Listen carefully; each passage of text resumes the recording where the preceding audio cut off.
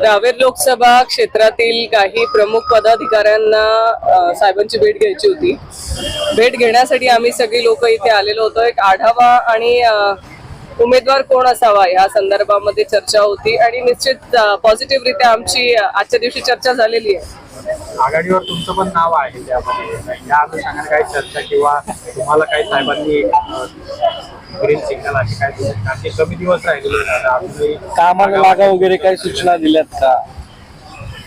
उमेदवार कोण असेल हे नेते मंडळी आणि पक्ष ठरवतं.